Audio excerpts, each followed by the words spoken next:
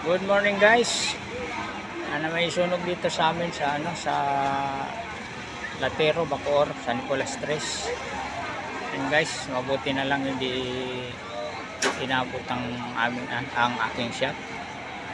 And guys, at talagang nakakalungkot guys yung mga inabot ng sunog, mga kapitbahay ko. Laking pasalamat din ako kasi hindi inabot ang aking shop. Yan guys, buti maagap din yung mga bumbero. Maluwag yung daanan dito sa amin. Ayan. Yan guys. Dito to sa sa malapit sa Pure Gold, Marcos Alvarez, San Nicolas Tres. Latero Green Valley to guys. Ayan guys. Mabait pa rin ang ating Panginoon kasi hindi tayo inabot.